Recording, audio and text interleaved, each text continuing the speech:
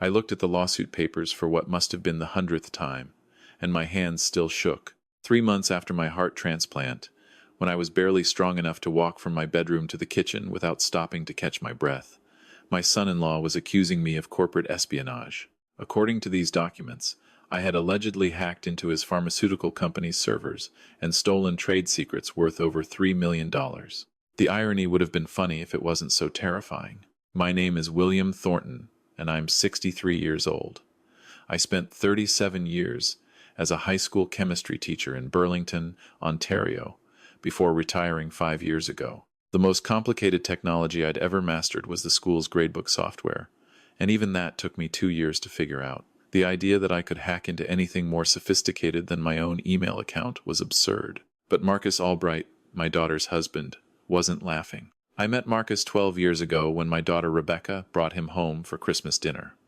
He was charming, ambitious, recently promoted to senior researcher at Novamed Pharmaceuticals in Mississauga. Rebecca was radiant, clearly in love, and I was happy for her.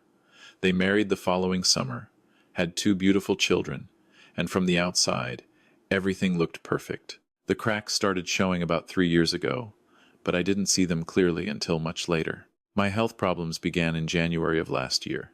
I'd been feeling progressively weaker, experiencing shortness of breath during my morning walks, chest pain that I initially dismissed as indigestion. My family doctor, Dr. Patricia Kumar, sent me for tests. The diagnosis came back like a thunderbolt: advanced cardiomyopathy. My heart was failing. By March, I was on the transplant list. By May, I was in Hamilton General Hospital in acute heart failure, kept alive by machines while waiting for a donor match. Rebecca visited when she could, but Marcus was always too busy with work. The kids came once, looking scared and confused at seeing their grandfather hooked up to tubes and monitors. The call came on August 14th at 2:30 in the morning. They had a heart. Dr. Raymond Foster, my cardiac surgeon, explained the risks, the recovery timeline, the medications I'd need for the rest of my life. I signed the consent forms with trembling hands. The surgery took 11 hours. I woke up 2 days later in the cardiac ICU, feeling like I'd been hit by a truck, but alive, gloriously, impossibly alive. Recovery from a heart transplant isn't like recovering from a broken bone. It's a complete recalibration of your entire existence. The anti-rejection medications made me nauseous and weak. My immune system was suppressed, meaning any infection could be life-threatening. I couldn't be around crowds. I had to wear a mask constantly. My world shrank to the 4 walls of the transplant recovery unit, then later, the 4 walls of my daughter's spare bedroom, where I stayed for the first 2 months post-surgery. The medical team was explicit about my limitations. No stress, no physical exertion beyond carefully monitored physical therapy. Certainly no sitting at a computer for hours attempting to breach corporate cybersecurity systems. I was discharged from the hospital on September 2nd with strict instructions: rest, take my medications exactly as prescribed, attend weekly follow-up appointments, and gradually rebuild my strength under medical supervision. Rebecca picked me up, and Marcus was notably absent, citing an important presentation at work. Those first weeks at their house in Oakville are somewhat blurry. The medications affected my memory, my concentration. I spent most of my time sleeping or sitting in their sunroom, watching the leaves turn color. Rebecca was attentive, bringing me meals, making sure I took my pills on schedule, driving me to my appointments. Marcus was different, distant. When he was home, which wasn't often, he seemed agitated, stressed. I assumed it was work pressure. Novamed had been in the news, something about a breakthrough drug trial, competition from overseas firms, internal restructuring. It was October 23rd when my lawyer called. I didn't have a lawyer. I'd never needed one. So when Sandra Chen from Chen and Associates Legal Services identified herself on the phone and asked if I was sitting down, my first thought was that something had happened to Rebecca or the kids. Mr. Thornton, I'm calling because you've been named as a defendant in a civil lawsuit filed by Novamed Pharmaceuticals. I was retained by your daughter to represent you. The allegations are quite serious. The world tilted. Marcus was suing me. Or rather, his company was. But the complaint had clearly originated from him. The allegations were specific and damning. that I had gained unauthorized access to Novamed's research database between September 15th and October 8th, downloading proprietary information about their new cardiac medication trials, and that I had attempted to sell this information to a competitor. The evidence seemed overwhelming. The intrusion had been traced to an IP address registered to Rebecca's home address, where I was staying. The login credentials used were variations of my name and birth date. Digital forensics showed the access occurred during late-night hours, when the rest of the household was asleep. There were screenshots of the stolen data saved to a cloud storage account created in my name. I couldn't breathe, and for a moment, I thought my new heart was going to fail just like the old one had. "This is insane," I managed to whisper. I was barely conscious in September. I couldn't even remember to take my pills without Rebecca setting alarms. How could I possibly? "That's exactly what we're going to prove," Sandra said firmly. "But I need you to think carefully. Did you create any new email accounts recently? Did you ever use Rebecca's computer? Did anyone have access to your personal information?" I tried to think through the medication fog. I don't even know how to access the internet from their computer. Rebecca has to help me check my email on my tablet. I don't have any cloud storage accounts. I barely know what that means. The lawsuit was demanding $3 million in damages, plus legal fees. It alleged that I had acted in conspiracy with unnamed parties to harm Novamed's competitive position. There was a restraining order preventing me from coming within 500 meters of any Novamed facility. Rebecca was devastated when she learned about it. She confronted Marcus that evening, and I could hear them arguing behind their closed bedroom door. His voice was sharp, defensive. Hers was confused, pleading. The words, "your father and impossible," and "destroying us," filtered through. The next morning, Marcus looked at me over his coffee with something like satisfaction in his eyes. "I'm sorry it came to this, William," he said, not sounding sorry at all. "But the evidence is clear. The company had no choice but to pursue legal action. Industrial espionage is a serious crime." "I didn't do this," I said, my voice steadier than I felt. "You know I didn't do this." He shrugged. "The forensics don't lie. Maybe you don't remember doing it.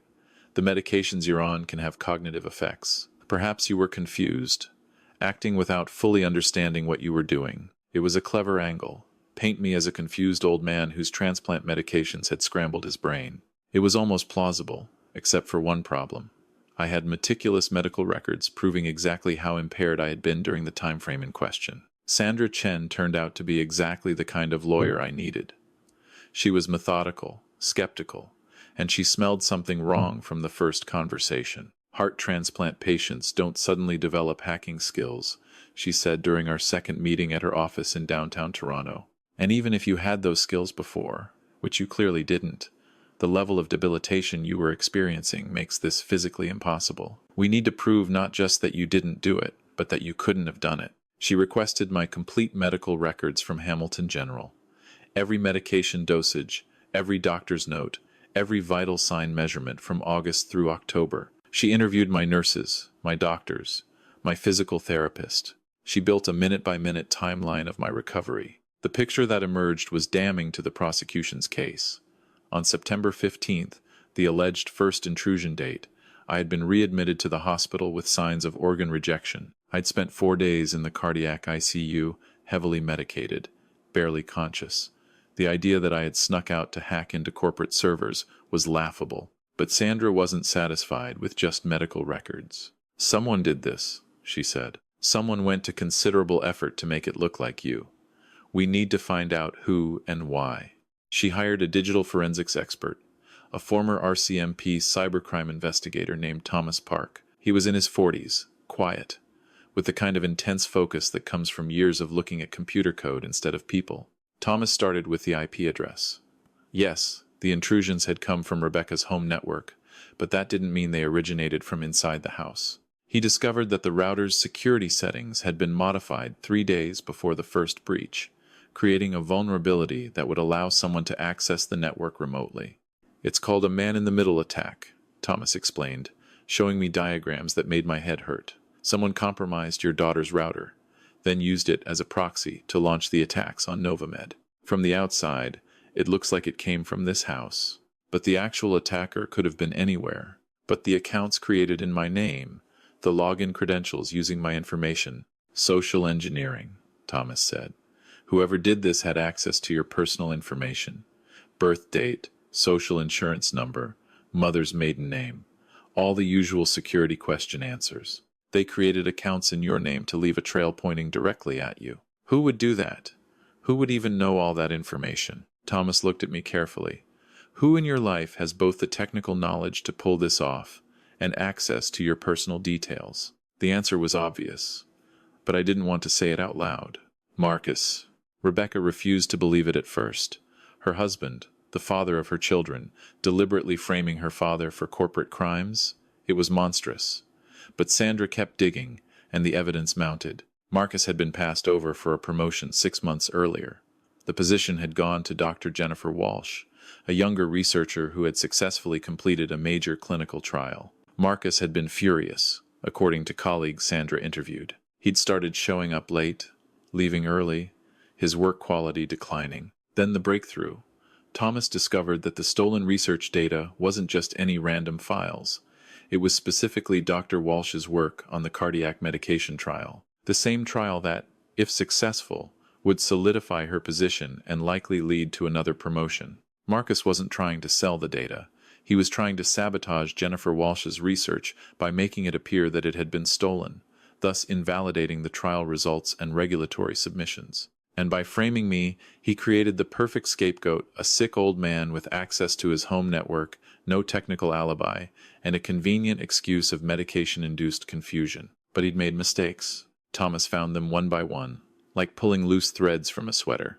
The cloud storage account created in my name had been accessed from a coffee shop in Mississauga, 3 blocks from the Novamed offices. The access times correlated with gaps in Marcus's work schedule. The metadata on the screenshot files showed they'd been created on a device with a unique hardware identifier that matched Marcus's work laptop. Most damning of all, Marcus had researched heart transplant recovery timelines and cognitive side effects on his personal computer. He'd visited forums about framing someone for cybercrimes, using a browser he'd apparently thought was untraceable. Thomas found it all. The confrontation happened in Sandra's office on a cold November morning. She'd invited Marcus under the pretense of settlement discussions. He arrived confident, almost cocky, dressed in an expensive suit. Sandra laid out the evidence methodically: the router tampering, the coffee shop IP addresses, the laptop metadata, the search history. She played it like a prosecutor, each piece of evidence a nail in the coffin. I watched Marcus's face change, confidence to confusion, to fear, to, finally, rage. "This is absurd," he spat. "You're fabricating evidence to protect a guilty man. We have your digital footprints on every piece of this operation," Thomas said quietly. "The RCMP Cybercrime Unit is very interested in reviewing our findings. Corporate espionage, fraud, identity theft. These are federal offenses, Mr. Albright." Marcus looked at me then, and I saw something I'd never seen before: genuine hatred. "You were supposed to be easy," he said. "Old, sick, barely functional. No one would have questioned it. But you couldn't just take the fall quietly, could you?" Rebecca, who'd been sitting silently beside me, made a sound like a wounded animal. "Why?" she whispered. "Why would you do this to him, to us?" Marcus's laugh was bitter. "Because I'm tired of being overlooked, tired of watching people like Jennifer Walsh climb over me. I needed her research to fail, needed her discredited, and your father was convenient." The legal proceedings moved quickly after that. Marcus was arrested on charges of computer fraud, identity theft, and attempted corporate espionage. Novamed dropped the lawsuit against me and issued a formal apology. Marcus was fired, his reputation destroyed, his career over. The criminal trial was held in February. I attended, sitting in the gallery with Rebecca, watching the man who'd tried to destroy me receive a sentence of 8 years in federal prison. Rebecca filed for divorce before the trial ended. She and the kids moved back to Burlington, closer to me. The children are young enough that they'll barely remember these years, but Rebecca will carry the scars of betrayal for a long time. I testified at the trial, still weak, still recovering from the transplant, but determined to see it through. When the prosecutor asked me how I felt about Marcus's actions, I chose my words carefully. "I feel sorry for him," I said, and I meant it. He had everything: a good job, a beautiful family, a future full of potential. But he was so focused on what he didn't have, so consumed by perceived slights, that he destroyed everything that mattered. The judge's sentence was harsh but appropriate. 8 years in federal prison, restitution to Novamed, a permanent criminal record. I'm 64 now, a year post-transplant, and my new heart is beating strong. I've learned some lessons from this nightmare that I think are worth sharing, especially with young people who are just starting their careers and building their lives. First, jealousy is a cancer. Marcus's downfall started not with the crime itself, but with his inability to handle someone else's success. When you spend your energy resenting others instead of improving yourself, you poison your own life. Celebrate other people's achievements, learn from them, and focus on your own path. Second, shortcuts always have a cost. Marcus tried to sabotage a colleague and frame an innocent person because he didn't want to do the hard work of earning his advancement honestly. He thought he'd found a clever shortcut. Instead, he destroyed his entire life. There are no shortcuts to genuine success, only paths that lead to genuine disaster. Third, documentation saves lives. My medical records, meticulously kept by nurses and doctors who'd never know their importance, saved me. In any important situation, document everything. Keep records, save emails, maintain calendars. The truth is often found in the details. Fourth, technology is both a weapon and a shield. Marcus used technology to try to destroy me, but technology also proved my innocence. In our digital age, almost everything leaves a trace. That works both ways. Be careful what you do online, but also know that if you're innocent, those same digital footprints can protect you. Fifth, family relationships are precious but not unconditional. I thought having Marcus marry into the family meant he was trustworthy by default. I was wrong. Trust must be earned and maintained through actions, not assumed through relationships. And when someone shows you who they really are, believe them. Finally, and perhaps most importantly, the truth doesn't need you to fight for it violently. It just needs you to be patient enough to let it emerge. I could have panicked, could have tried to run, could have pleaded guilty to lesser charges out of fear. Instead, I stood still, gathered evidence, and let the truth reveal itself. Marcus is in federal prison in Kingston now. I don't think about him often. Rebecca is healing, building a new life for herself and the children. I'm stronger every day, taking my anti-rejection medications, attending my cardiac appointments, grateful for every heartbeat. Sometimes Rebecca asks me if I'm angry, if I want revenge for what Marcus did. I tell her the same thing every time. I don't need revenge. Marcus built his own prison long before he walked into a physical one. He imprisoned himself in jealousy, resentment, and the desperate need to tear others down instead of building himself up. I got my life back. My daughter, my grandchildren, my health, my reputation, all restored. Marcus lost everything, including the ability to look at himself in the mirror without seeing a man who tried to destroy a sick old man to advance his own career. Justice isn't always swift, but if you're patient enough, if you're honest enough, if you document your truth and stand firm in it, justice eventually arrives. Not with fanfare, not with dramatic confrontations, but with the quiet satisfaction of watching everything false crumble while everything true remains standing. And that's enough. That has to be enough.